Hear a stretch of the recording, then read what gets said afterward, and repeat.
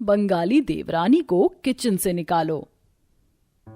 माँ, अच्छा है कि अब मेरे देवर की शादी हो रही है। पिछले 5 सालों से मैंने ही रसोई संभाल रखी थी। कहने को नंद है मेरी, पर कोई काम नहीं करवाती। बस कॉलेज और पढ़ाई का बहाना मुंह पर रखती है। सब मुझे करना पड़ता है। एक टाइम पर 5 तरह की सब्जी, रोटी, दाल और चावल बनाकर मैं थक गई हूँ। मैंने तो अपनी सास से भी कह दिया है कि देवरानी के आने के बाद मैं कोई काम नहीं करूंगी और 6 महीने तक आराम करूंगी।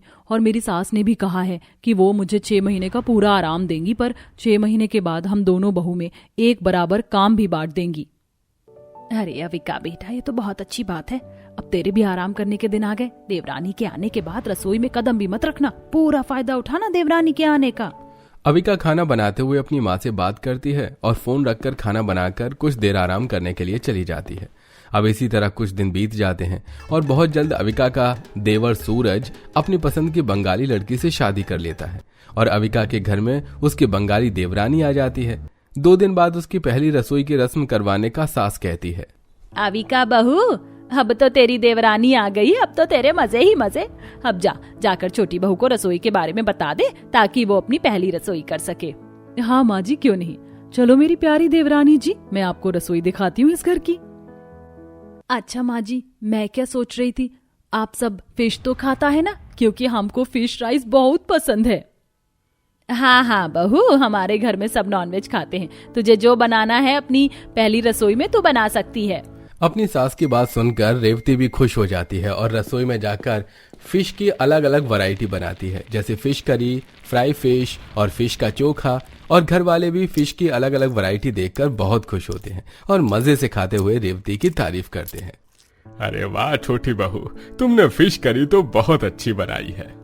पर भाभी, मुझे तो पूरे खाने में सबसे अच्छा फिश का चोखा और रोटी लगी। आज से पहले मैंने फिश चोखा कभी नहीं खाया था। ये मेरे लिए कुछ नया था।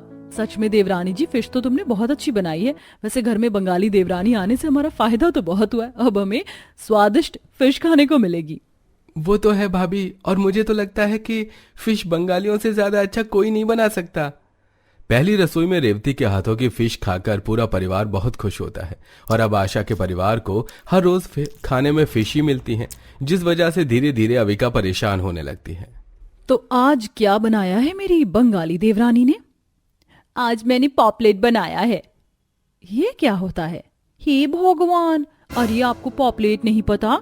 ये भी एक फिश डिश है। ये भी फिश का बनता है और खाने में भी बड़ा अच्छा लगता है। आप सभी बैठकर एक बार खाकर देखिए, मजा आ जाएगा। क्या रेवती, तुम रोज रोज फिश की कोई ना कोई डिश बनाती हो, कभी कुछ और भी बना लिया करो। जब से तुम आई हो हमारी रसोई में फिश ही बन रही है। अब तो हमारे घर की रसोई भी कह रही कि फिश लाना बंद करो। पूरी रसोई, यहाँ तक कि पूरा घर फिश की स्मेल से महकता है। अब तो बाहर के लोग भी जब घर में आते हैं तो वो ताने देकर चले जाते हैं कि हमारा घर है या कोई मच्छी मार्केट। क्या हो गया अविका, उसे पसंद है फिश, इसीलिए तो बना रही है। कोई बात नहीं रेवती, तुम अपनी जेठानी की बात को दिल पर मत लेना और तुम चुपचाप खाना खाओ। मैं तो बस इतना बोल रही थी कि फिश के अलावा भी सब्जियां हैं, वो भी तो बना सकती है।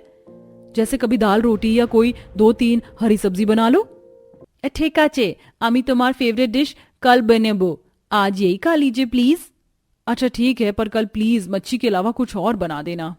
अविका रोज रोज फिश खाकर परेशान हो जाती है और अब अविका मुंह बनाते हुए फिश राइस खाती है और अगले दिन भी रेवती कुछ अलग खाना न बनाकर फिर से फिश बनाती है और ये देखकर एक बार फिर अविका को गुस्सा आता है। रेवती, तुमने तो कहा था कि आज तुम दाल रोटी बनाओगी, पर तुमने आज भी फिश बना दी। अरे 4 तरह के खाने में से कम 2 तरह की सब्जी ही बना लिया करो। पर नहीं, तुम्हें तो खाली फिश ही खानी है और साथ के साथ हमें भी खिलानी है। क्या जेठानी जी, आप रोज रोज मेरा खाना देखकर चिल्लाते क्यों हैं, जबकि मेरे हाथ का खाना सबको पसंद है? अरे बहू, तुम दोनों आपस में क्यों लड़ने लगी? माँ जी, अब घर में बंगाली बहू आएगी तो दिन रात फिश खाने को ही मिलेगी ना। और अगर कुछ कह दो तो ये बंगालन ऐसे लड़ने लग जाती है मानो जैसे मैंने इसका सर फोड़ दिया हो। अरे भाभी, आप दोनों बाद में लड़ते रहना, पहले मुझे खाना दे दो, मुझे कॉलेज के लिए लेट हो रहा है। आओ काजल, मैं तुमको देती हूँ ये खाना। ये तो बस ऐसे ही हम पर नाराज होता रहेंगी। इनको क्या, इनको कुछ करना तो पड़ता नहीं है, बस बोलना आता है। घर का हर सदस्य सुबह शाम हर वक्त मछली खाकर परेशान था, पर सबसे ज्यादा इरिटेशन अविका को होती है और वो अपनी बंगाली देवरानी से लड़ाई करने कमरे में जाती है और अपनी माँ को फोन करके अपनी देवरानी की शिकायत करती है। माँ, तुम्हें मैं क्या बताऊं, मैं तो अपनी बंगालन देवरानी से परेशान हो गई हूँ। अब घर में बंगाली बहू लेकर आ गए तो दिन रात फिश ही खाने को मिलेगी ना। हर समय मेरी बंगाली देवरानी खाने में फिश ही बनाती है। इसको आए घर में 1 महीने से ऊपर हो गया है। आप यकीन नहीं करोगी, इसने इस महीने में हमें सिर्फ मच्छी ही मच्छी खिलाई है, इसके अलावा और कुछ नहीं। मुझे आराम चाहिए था, जो कि मुझे मिल भी रहा है, पर मुझे सही से खाने को नहीं मिल रहा। अगर मैं दिन रात मच्छी खाती रही तो मैं खुद मच्छी बन जाऊंगी। अरे बेटा, तो फिर बोल देना अपनी सास को कि वो काम बांट दे, रसोई का काम तू ले लेना और घर का बाकी का काम अपनी उस बंगालन देवरानी को दे देना। तो मेरी जेठानी जी मेरी शिकायत कर रही हैं अपनी माँ से। मैं तो चाहती हूँ कि मैं काम बच जाए, इसलिए मैं तो दिन रात फिश बनाती हूँ ताकि ये खुद माँ जी से बोलकर काम का बंटवारा करे। मैं पागल थोड़ी ना हूँ जो मैं इनको इतना आराम करने दूंगी और खुद काम करती रहूंगी। अब आएगा मजा जब काम बटेगा। रेवती अपनी जेठानी की बातें सुनकर वहां से चली जाती है और हमेशा की तरह आज भी खाने में फिश बनाती है, जिसे देख अविका एक बार फिर से रेवती के ऊपर भड़कने लगती है।